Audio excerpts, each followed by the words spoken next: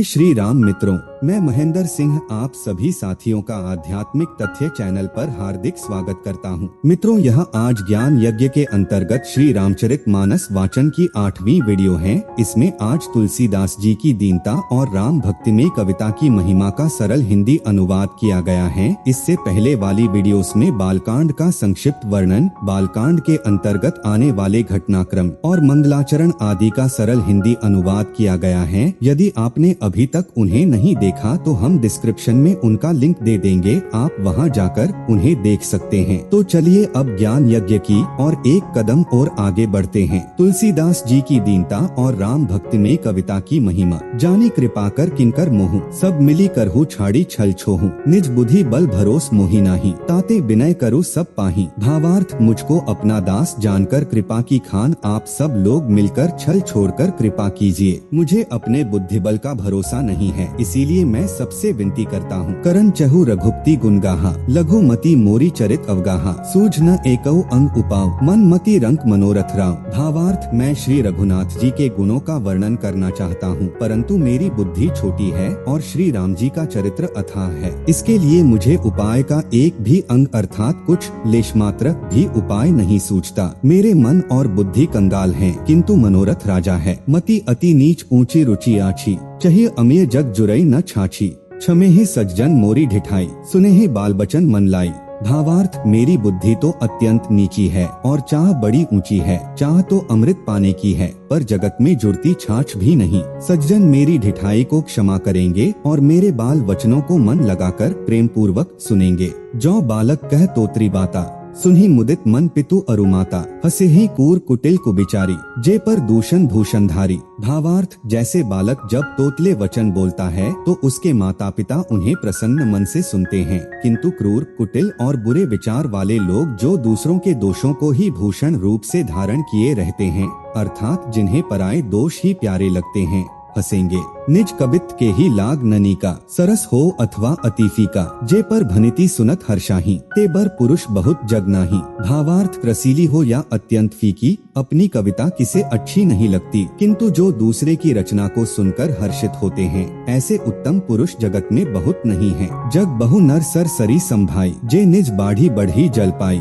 सज्जन सकृत सिंधु समकोई, देखी पूर्व विधु बाढ़ी जोई। भावार्थ, हे भाई, जगत में तालाबों और नदियों के समान मनुष्य ही अधिक हैं, जो जल पाकर अपनी ही बाढ़ से बढ़ते हैं, अर्थात अपनी ही उन्नति से प्रसन्न होते हैं। समुद्र सा तो कोई एक बिरला ही सज्जन होता है, जो चंद्रमा को पूर्ण देखकर दूसरों का उत्कर्ष देखकर उमड़ पड़ता है। दोहा, भाग छोट अभिलाषु बढ़ करू एक विश्वास। पहन सुख सुनी सुजन सब खल करहि उपहास। भावार्थ, मेरा भाग्य छोटा है और इच्छा बहुत बड़ी है, परंतु मुझे एक विश्वास है कि इसे सुनकर सज्जन सभी सुख पावेंगे और दुष्ट हंसी उड़ावेंगे। चौपाई, खल परिहास होई हित मोरा। काक कहें कलकंठ कठोरा, हंस ही बक दादुर चात कही। हंस ही मलिन खल बिमल बतखी। भावार्थ, किंतु दुष्टों के हंसने से मेरा हित ही होगा। मधुर कंठ वाली कोयल को कौए तो कठोर ही कहा करते हैं। जैसे बगुले हंस को और मेंढक पपीहे को हंसते हैं, वैसे ही मलिन मन वाले दुष्ट निर्मल वाणी को हंसते हैं। कबित रसिक न राम पद नेहु, तिन्ह केहे सुखद हास रस एहु। भाषा भनिति भोरी मति मोरी, हंसिबे जो हंसे नहीं खोरी। भावार्थ, जो न तो कविता के रसिक हैं और न जिनका श्री रामचंद्र जी के चरणों में प्रेम है, उनके लिए भी यह कविता सुखद हास्य रस का काम देगी। प्रथम तो यह भाषा की रचना है, दूसरे मेरी बुद्धि भोली है, इससे यह हंसने के योग्य ही है। हंसने में उन्हें कोई दोष नहीं। प्रभु पद प्रीति न सामुझी नीकी, तिन्ह ही कथा सुनी लागी ही फीकी।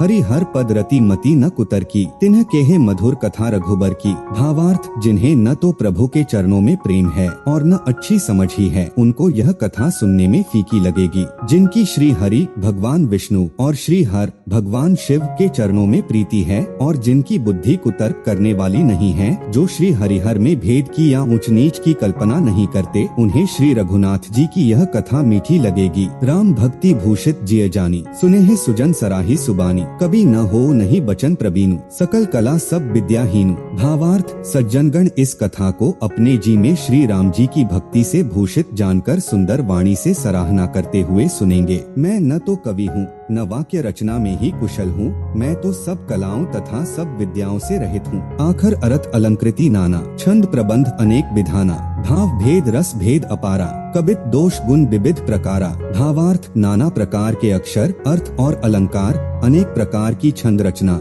भावों और रसों के अपार भेद और कविता के भांति भांति के गुणदोष होते हैं। कबित विवेक एक नहीं मोरे, सत्य कहूँ लिखी कागज कोरे। भावार्थ इनमें से काव्य संबंधी एक भी बात का ज्ञान मुझ में नहीं है। यह मैं कोरे कागज पर लिखकर शब्द पूर्वक सत्य सत्य कहता हूँ। दोहा भनिति मोरी सब गुण रहित विश्व विदित गुण एक, सो बिचारी सुनेहि सुनती जिन्ह के विमल विवेक। भावार्थ मेरी रचना सब गुणों से रहित है, इसमें बस जगत प्रसिद्ध एक गुण है, उसे विचार कर अच्छी बुद्धि वाले पुरुष जिनके निर्मल ज्ञान है इसको सुनेंगे। चौपाई एही में है रघुपति नाम उदारा, अति पावन पुराण श्रुति सारा। मंगल भवन अमंगलहारी, उमा सहित जेहि जपत पुरारी। भावार्थ इसमें श्री रघुनाथ जी का उदार नाम है जो अत्यंत पवित्र है, वेद पुराणों का सार है, कल्याण का भवन है और अमंगलों को हरने वाला है, जिसे पार्वती जी सहित भगवान शिव जी सदा जपा करते हैं। भनिति विचित्र सुख विकृत जो, राम नाम बिनु सोह न सो, विधु बदनी सब भांति सवारी, सोह न बसन बिना बर नारी। भावार्थ जो अच्छे कवि के द्वारा रची हुई बड़ी अनूठी कविता है वह भी राम नाम के बिना शोभा नहीं पाती। जैसे चंद्रमा के समान मुख वाली सुंदर स्त्री सब प्रकार से सुसज्जित होने पर भी वस्त्र के बिना शोभा नहीं देती। सब गुण रहित कुकबीकृत बानी, राम नाम जस अंकित जानी, सादर कहिन सुनहि बुद्धताही, मधुकर सरिस संत गुणग्राही। भावार्थ इसके विपरीत कुकवी की रची हुई सब गुणों से रहित कविता को भी राम के नाम एवं यश से अंकित जानकर बुद्धिमान लोग आदर पूर्वक कहते और सुनते हैं, क्योंकि संतजन भौरे की भांति गुण ही को ग्रहण करने वाले होते हैं। जद्यपि कबित रस एकौ नाही, राम प्रताप प्रगट एहि माही, सोई भरोस मोरे मन आवा, केहिन न सुसन बड़पनु पावा। भावार्थ यद्यपि मेरी इस रचना में कविता का एक भी रस नहीं है, तथापि इसमें श्री राम जी का प्रताप प्रकट है। मेरे मन में यही एक भरोसा है, भले संग से भला किसने बड़पन नहीं पाया। धूमौ तजई सहज करुआई, अग्रु प्रसंग सुगंध बसाई, भनिति भदेस वस्तु भली बरनी, राम कथा जग मंगल करनी। भावार्थ धुआं भी अगर के संग से सुगंधित होकर अपने स्वाभाविक कड़वेपन को छोड़ देता है। मेरी कविता अवश्य भद्दी है, परंतु इसमें जगत का कल्याण करने वाली राम कथा रूपी उत्तम वस्तु का वर्णन किया गया है, इससे यह भी अच्छी ही समझी जाएगी। छंद मंगल करनी कलिमल हरनी, तुलसी कथा रघुनाथ की, गति कूर कविता सरित की ज्यों सरित पावन पात की, प्रभु सुजस संगति भनिति भली होई ही सुजन मन भावनी, भव अंगभूति मसान की सुमिरत सुहावनी पावनी। भावार्थ तुलसीदास जी कहते हैं कि श्री रघुनाथ जी की कथा कल्याण करने वाली और कलयुग के पापों को हरने वाली है। मेरी इस भद्दी कविता रूपी नदी की चाल पवित्र जल वाली नदी गंगा जी की चाल की भांति टेढ़ी है। प्रभु श्री रघुनाथ जी के सुंदर यश के संग से यह कविता सुंदर तथा सज्जनों के मन को भाने वाली हो जाएगी। श्मशान की अपवित्र राख भी श्री महादेव जी के अंग के संग से सुहावनी लगती है और स्मरण करते ही पवित्र करने वाली होती है। दोहा है प्रिय लागी ही अति सभी मम भनिति राम जस संग,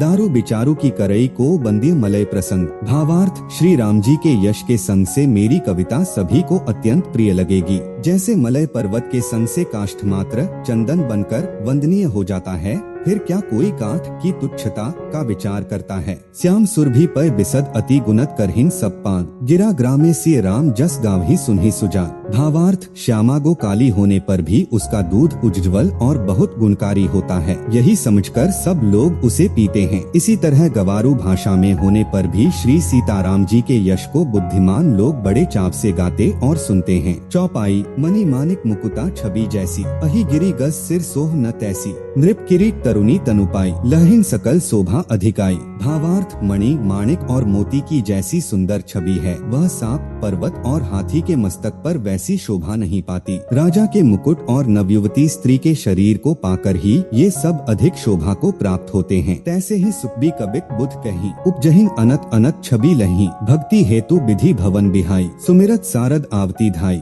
भावार्थ इसी तरह बुद्धिमान लोग कहते हैं कि सुकवी की कविता भी उत्पन्न और कहीं होती है और शोभा अन्यत्र कहीं पाती है, अर्थात कवि की वाणी से उत्पन्न हुई कविता वहाँ शोभा पाती है।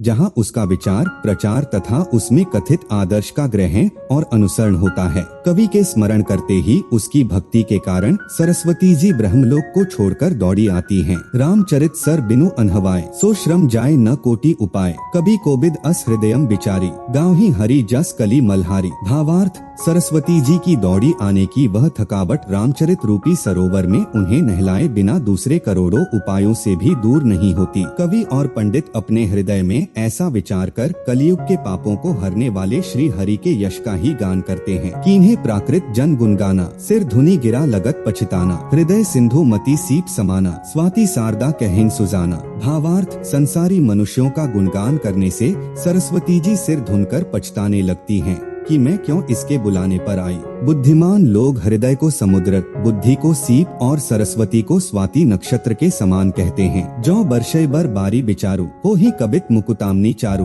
भावार्थ, इसमें यदि श्रेष्ठ विचार रूपी जल बरसता है तो मुक्ता मणि के समान सुंदर कविता होती है। दोहा, जुगुती बेधी पुनि पोहियहि रामचरित बरता, पहिरहि सज्जन बिमल उर शोभा अति अनुराग। भावार्थ, उन कविता रूपी मुक्तामनियों को युक्ति से बेधकर फिर रामचरित्र रूपी सुंदर तागे में पिरोकर सज्जन लोग अपने निर्मल हृदय में धारण करते हैं, जिससे अत्यंत अनुराग रूपी शोभा होती है। वे आत्यंतिक प्रेम को प्राप्त होते हैं। चौपाई, जे जन्मे कलिकाल कराला, कर्तव्य बायस बेश मराला, चलत कुपंथ बेद मग छाड़े, कपट कलेवर कली मल भाड़े। भावार्थ, जो कराल कलियुग में जन्मे हैं, जिनकी करनी कौए के समान है और वेश हंस का सा है, जो वेद मार्ग को छोड़कर कुमार्ग पर चलते हैं, जो कपट की मूर्ति और कलयुग के पापों के भाड़े हैं। बंचक भगत कहाए राम के, किंकर कंचन कोह काम के, तिन्ह में प्रथम रेख जग मोरी, धीन धर्म ध्वज धंधक धोरी। भावार्थ, जो श्री राम जी के भक्त कहलाकर लोगों को ठगते हैं, जो धन लोभ क्रोध और काम के गुलाम हैं